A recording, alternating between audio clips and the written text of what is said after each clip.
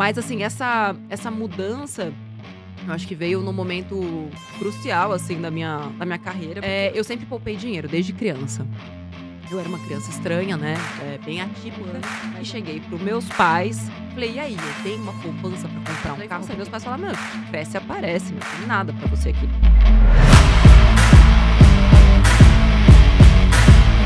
Eu tinha 7, 8 anos de idade, década de 90, comecinho de 90, 91, 92, auge da inflação, quase 2.000% de inflação ao ano. E cheguei pros meus pais, falei, e aí, eu tenho uma poupança pra comprar um carro? Porque tinha uma menina da escola que disse que tinha, sabe? Tipo, toda escola tinha aquela que era um pouco mais rica, assim. A gente era classe média, tipo, não faltava nada, mas não sobrava absolutamente nada.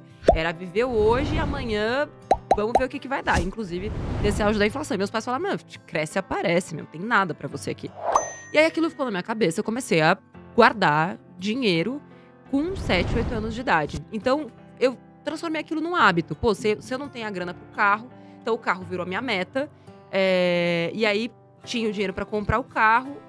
18 anos, já criei uma outra meta, que era comprar um apartamento com 23, 24, quando saísse da faculdade. E aí, ali, eu já tava fazendo, né, meus investimentos. Comecei a investir com 18. Inclusive, na academia que eu frequentava, tinha um rapaz lá que começou a falar pra mim sobre clubes de investimento. E eu falava, sério? Porque eu comecei a investir com 18, mas em previdência. E logo depois que ele falou dessa coisa dos clubes de investimento, que o dinheiro multiplicava mais depressa e tal, eu comecei a estudar. E aí coloquei, tipo, todo o dinheiro que eu tinha num fundo, que não era esse clube, era outro, porque esse clube tava fechado. Botei todo o meu dinheiro num fundo, me achando e tal. Um ano depois, eu tinha metade de todo o dinheiro que eu tinha colocado. Nossa. E assim começou a minha vida com os investimentos. Só que era algo que eu fazia pra mim, por prazer, porque eu sabia aquilo que eu queria. E eu nunca me faltou dinheiro. Mesmo começando igual um monte de gente, eu sempre tive mais dinheiro que as pessoas ao meu redor. Seja porque eu negociava salário, porque eu fazia renda extra, porque eu trabalhava em 3 lugares diferentes. Então, nunca me faltou dinheiro, muito pelo contrário, o dinheiro sobrava, sempre. E eu, né, dentro do mercado de trabalho, quando eu comecei a trabalhar no SBT e depois da Record, eu via que tanto pessoas que ganhavam muito, muito pouco, até pessoas que ganhavam muito, muito, muito, existia um recorte comportamental muito semelhante, independentemente de renda. As pessoas gastavam mais do que elas podiam com coisas inúteis. Não é tipo, não era subsistência, era brusinha, era tênis de R$600, sendo que a pessoa ganhava 600 na época. E eu achava aquilo um absurdo. Eu falei, eu preciso fazer alguma coisa pra mudar esse comportamento, porque essas pessoas, elas estão cegas.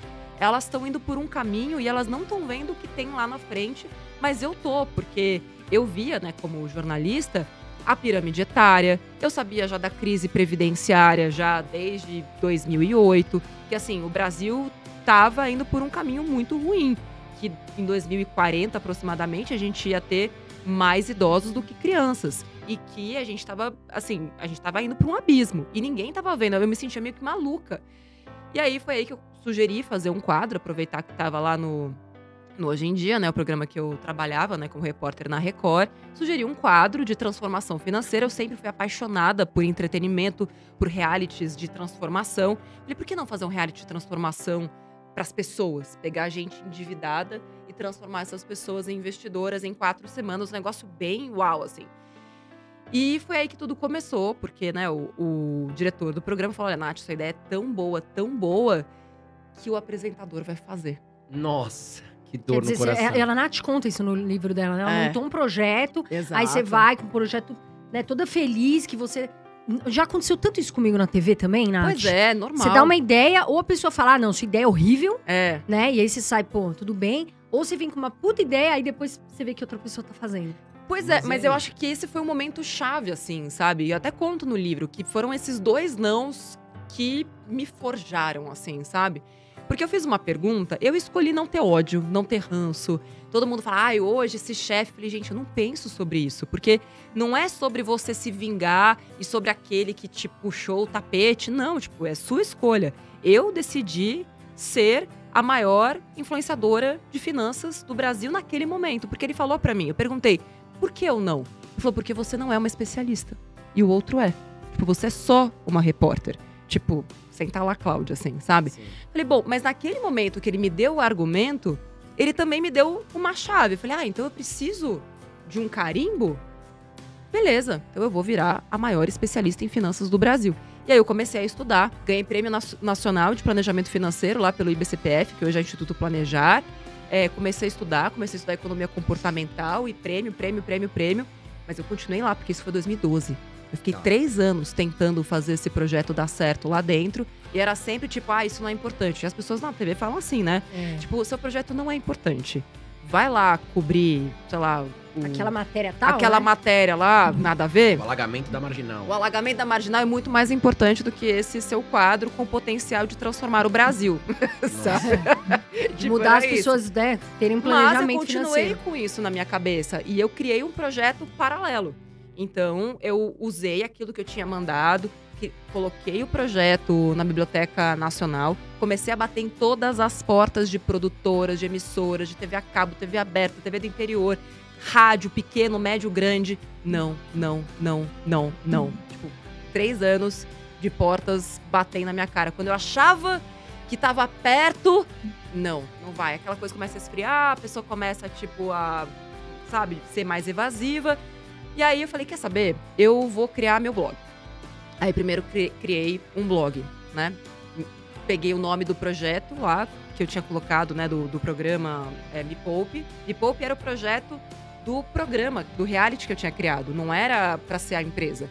Falei, mas esse nome é bom, né? Tipo, eu que tinha criado e tal. Acho que vou dar o nome desse blog de Me Poupe. Beleza. Isso foi, acho que em fevereiro de 2015.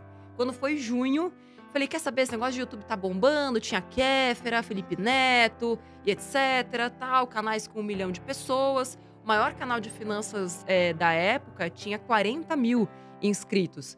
Falei, então eu vou fazer um canal do YouTube pra mostrar pro meu chefe da TV que eu sou capaz de fazer isso que eu tô querendo fazer. Foi por isso que eu fiz o canal do YouTube. Não era pra ser o maior canal de finanças do mundo, era pra provar pra ele, porque assim, provando pra ele, eu ia conseguir ter o meu espaço na TV que eu queria. Também não deu certo. E aí, quando foi dezembro de 2015, veio uma corretora de valores, bateu na minha porta, mandou um e-mail. Eu vi ali uma oportunidade, fiz um plano de comercial que eu nunca tinha feito na vida. Falei, não, mas eu vou fazer de conta que eu sei fazer um plano comercial e vai dar certo. E aí, fiz lá a proposta, eles aceitaram, fechei um contratinho de 1 ano.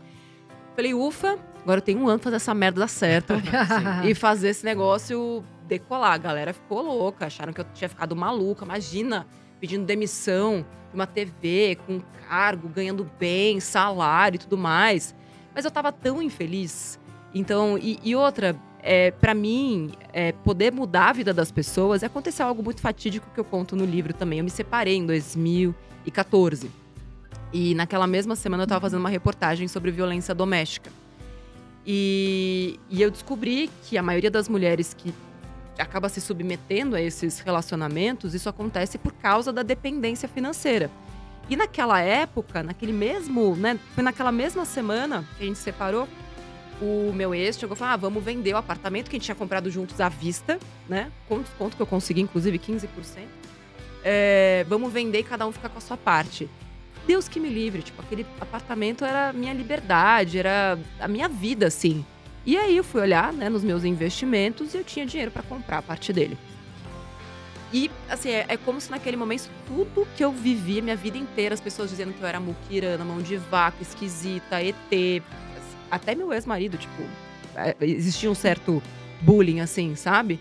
Falei, olha só aquilo que eu consegui, porque eu soube ir contra a manada, sabe?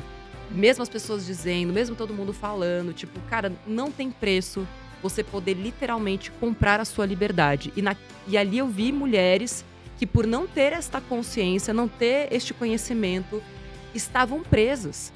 Imagina, a mulher estava no esconderijo e eu tive que cobrir a voz dela, cobrir a face dela, não podia nem mostrar, porque se por acaso o cara reconhecesse a voz e o lugar onde ela estava, essa mulher ia ser assassinada no dia seguinte.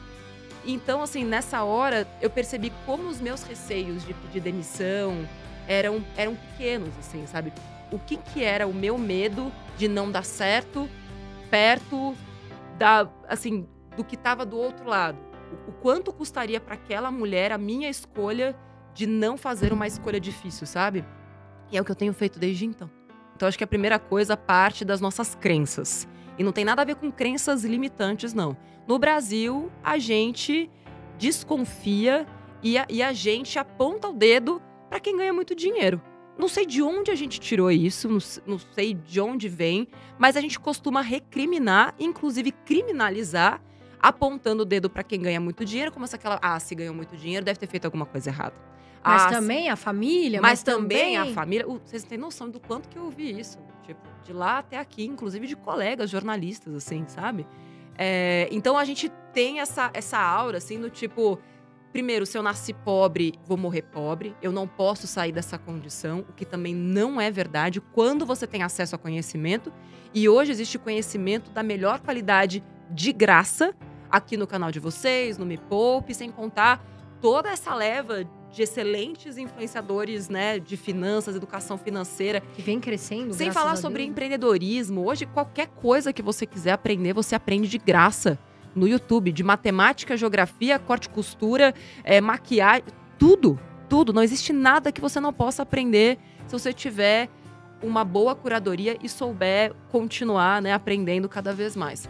Então, eu acho que esse hábito também de não aprender, acho que são contra-hábitos. O problema não é nem hábitos.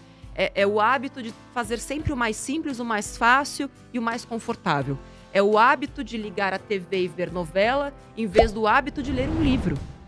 Assim, como que as pessoas querem se desenvolver financeiramente vendo novela da Globo? Verdade. E você vendo da Atena? Quem é que vai enriquecer naquela porcaria? Exatamente. Concordo com você. Não tem como. E outra, tipo, a sua cabeça ela começa a ficar paranoica num grau.